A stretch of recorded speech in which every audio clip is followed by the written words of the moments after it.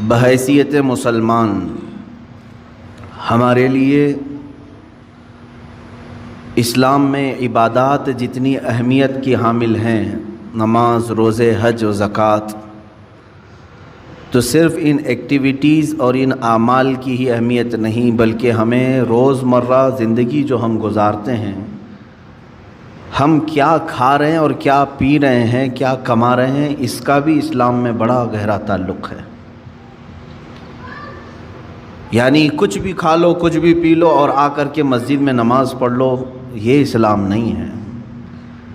اسلام تمہیں اندر سے بھی پاک دیکھنا چاہتا ہے، باہر سے بھی پاک دیکھنا چاہتا ہے۔ چہرے سجا لیں، کپڑے اچھے پہن لیں، لیکن پیٹ میں حرام رزق ڈال کر کے آئیں، اللہ کی بارگاہ میں اس کا کوئی سجدہ قبول نہیں ہے۔ تو ظاہر کا نام صرف اسلام نہیں ہے، ہمارے باطن کی اصلاح بھی ضروری ہے۔ اسی لیے اسلام میں رزق کی بڑی اہمیت ہے، ہم کیا کھا رہے ہیں، کیا پی رہے ہیں۔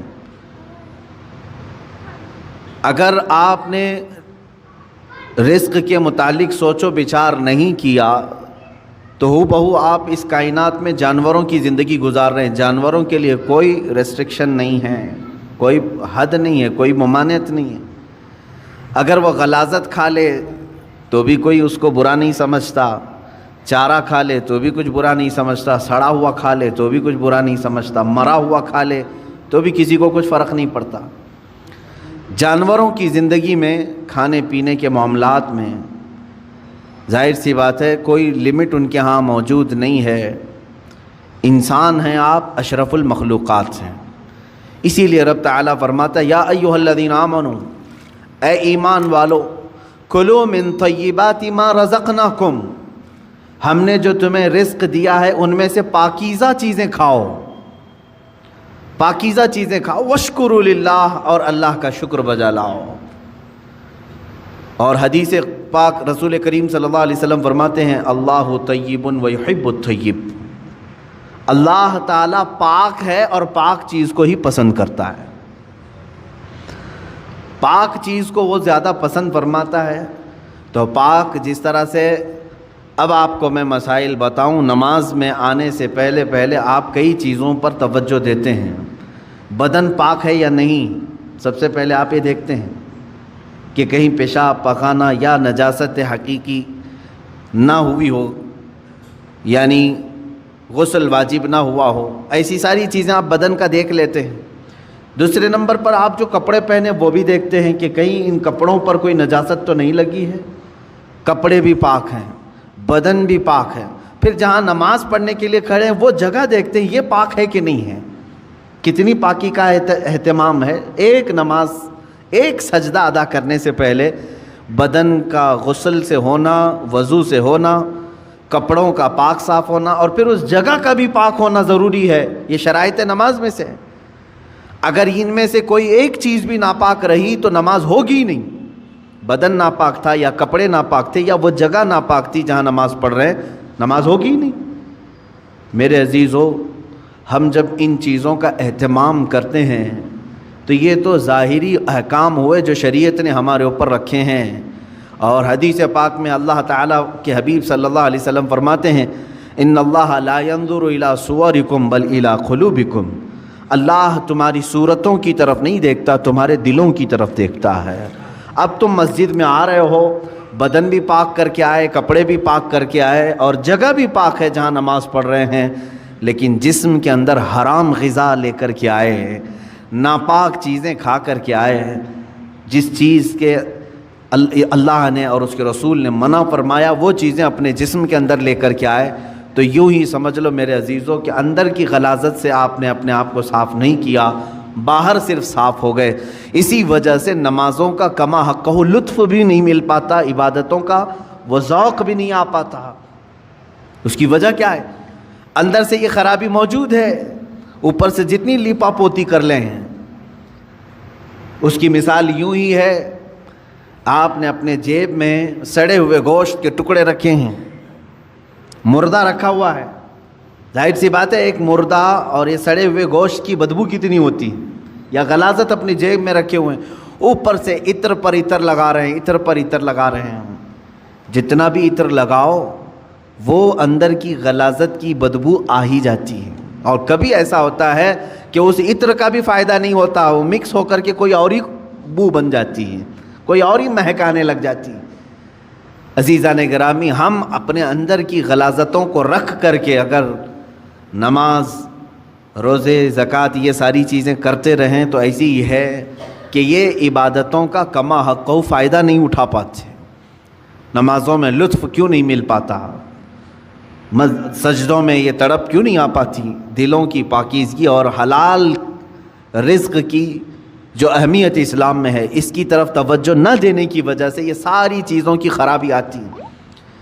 کسی نے کہا تھا آپ تو کہتے ہیں قرآن میں ہے، اللہ نے فرمایا ان الصلاۃ تنہی عن الفحشاء والمنکر، بے شک نماز ہر بے حیائی اور برائی سے روکتی ہے۔ ادھر نماز پڑھ رہا ہے ادھر چپل چوری کر رہا ہے، ادھر نماز پڑھا ادھر فوراً باہر نکلتے ہی اجنبی عورتوں پر نظر ڈال رہا ہے، تو کہاں اس کی نماز نے تو بے حیائی سے اسے روکا ہی نہیں۔ قرآن کہہ رہا ہے نماز بے حیائی سے بچاتی ہے، برائی سے بچاتی ہے۔ ظاہر سی بات ہے آپ کا سوال حق ہے، نماز بے حیائی اور برائیوں سے بچاتی ضرور ہے، اس میں نماز کا قصور نہیں میرے عزیز۔ نماز کو جس انداز سے پڑھنے کا حکم دیا گیا تھا وہ نماز تم نے اگر پڑھ لیا ہوتا، ظاہر بھی پاک ہو باطن بھی پاک ہو، پھر دیکھو تمہیں نماز صرف بے حیائی اور برائیوں سے بچاتی نہیں بلکہ مولا کے قرب تک پہنچاتی ہے، اللہ رب العزت کے قرب تک پہنچاتی ہے۔ صاف سی بات ہے میرے عزیزو، اللہ کے حبیب صلی اللہ تعالیٰ علیہ وسلم کی ایک حدیث پاک میں ذکر کرتا ہوں آج۔ حضور اکرم صلی اللہ تعالیٰ علیہ وسلم ارشاد فرماتے ہیں، اے میرے صحابہ، ان قریب تم دیکھو گے میری امت پر ایک ایسا زمانہ آئے گا کہ لوگ حلال و حرام کی تمیز بھول جائیں گے، جو ہاتھ میں آیا وہ کھا لیں گے، اور یہ وہ زمانہ ہوگا کہ صبح مومن ہوں گے شام میں کافر ہو جائیں گے، رات کو مومن سوئیں گے صبح کافر اٹھیں گے، یصبح مؤمنا ویمسی کافرا۔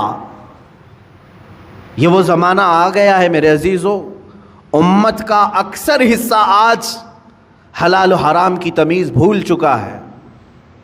ایک بات میں آپ کو بتاؤں، اللہ تعالیٰ نے قرآن پاک میں جو ہمارے لیے احکام بیان کیے کہ کون سی چیز تمہارے لیے سوٹیبل ہے، مجھے یہ بتاؤ کہ وہ ہمارا خالق ہے یا نہیں؟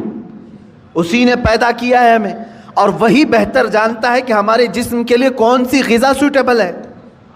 جس نے بنایا وہی بہتر جانتا ہے نا۔ جب اس نے قرآن پاک میں ہمارے لیے فرما دیا کہ تمہارے لیے حلال سوٹیبل ہے، صرف پاکیزہ غذائیں، اور اس نے تو تمہارے لیے اتنا اہتمام فرمایا، تفسیر میں نے پڑھا اللہ رب العزت نے اس اشرف المخلوقات کو اتنی عزت دی ہے کہ زندگی میں اگر سب سے زیادہ ضرورت کسی چیز کی ہوتی ہے تو کھانے پینے کی ہوتی ہے۔ بغیر کھائے پیے کون زندہ رہتا ہے؟ آپ بغیر کپڑوں کے رہ لیں گے، بغیر مکان کے رہ لیں گے، بغیر پیسوں کے رہ لیں گے، لیکن بغیر کھانے پینے کے بہت کم دن تک آپ رہیں گے۔ یہ سب سے زیادہ ضروری چیز ہے آپ کے لیے، کھانا پینا، ہوا پانی۔ لیکن پورے جانوروں کو دیکھو، ان کا رزق ان کے سامنے پڑا رہتا ہے، سر جھکا کر کھاتے ہی کہ نہیں کھاتے؟ بکری اپنا چارہ زمین پر چاٹ کر کے کھاتی ہے، بیل، بھینس، کتا، بلی، جس کو بھی آپ کھانا ڈالیں، پانی ڈالیں، دودھ ڈالیں، جو کچھ بھی ان کی غذائیں ڈالیں، وہ اپنا سر زمین پر رکھ کر کے اپنی زبان کو کھانے سے لگا کر کے کھاتی ہیں، سر نیچے کر کے کھاتی ہیں۔ اشرف المخلوقات کو اللہ تعالیٰ نے یہ عزت بخشی ہے کہ تمہارا سر رزق کے سامنے بھی جھکنے نہ پائے، یہ صرف اللہ نے اپنے لیے بنایا ہے، وہاں پر بھی جھکنے نہ پائے۔ تم ہاتھوں سے اٹھاؤ اور اپنے منہ تک لے جاؤ۔ کچھ جانور ہو سکتا ہے اس طرح کے کھانے میں ہوں، لیکن تفسیر میں فرمایا کہ اشرف المخلوقات کی یہ عزت ہے کہ اللہ نے تمہارے سر کو رزق کے سامنے بھی جھکنے نہیں دیا۔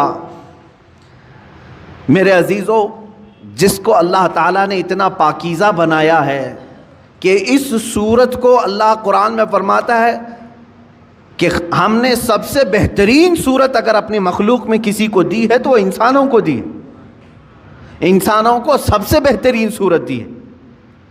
اس کی لاکھوں کی مخلوق ہیں، جانور ہوں، پرند ہوں، جنات ہوں، ملائکہ ہوں، سب مخلوقات ہیں۔